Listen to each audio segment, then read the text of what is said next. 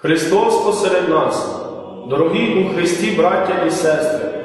29 жовтня Свята Православна Церква за своїм богослужінням молитовно вшановує пам'ять преподобного Лонгіна, воротаря Печерського у Дальніх Печерах. Він здійснював чернечий подвиг в Києво-Печерському монастирі в 13-14 століттях. Він ніс послуг воротаря і славився великою слухняністю та святістю життя. Його молитовна старанність і смиренна працьовитість були нагороджені Господом.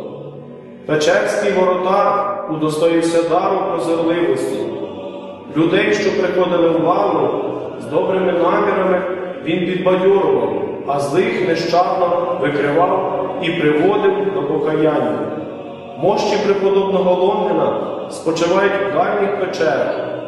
Напис на печерній дошці свідчить: свято і праведно проходячи монастирську слухняність, через це від всезнаючого Бога удостоївся дару провидця, побачив потаємні думки усіх людей, що приходять в монастир і виходять з нього.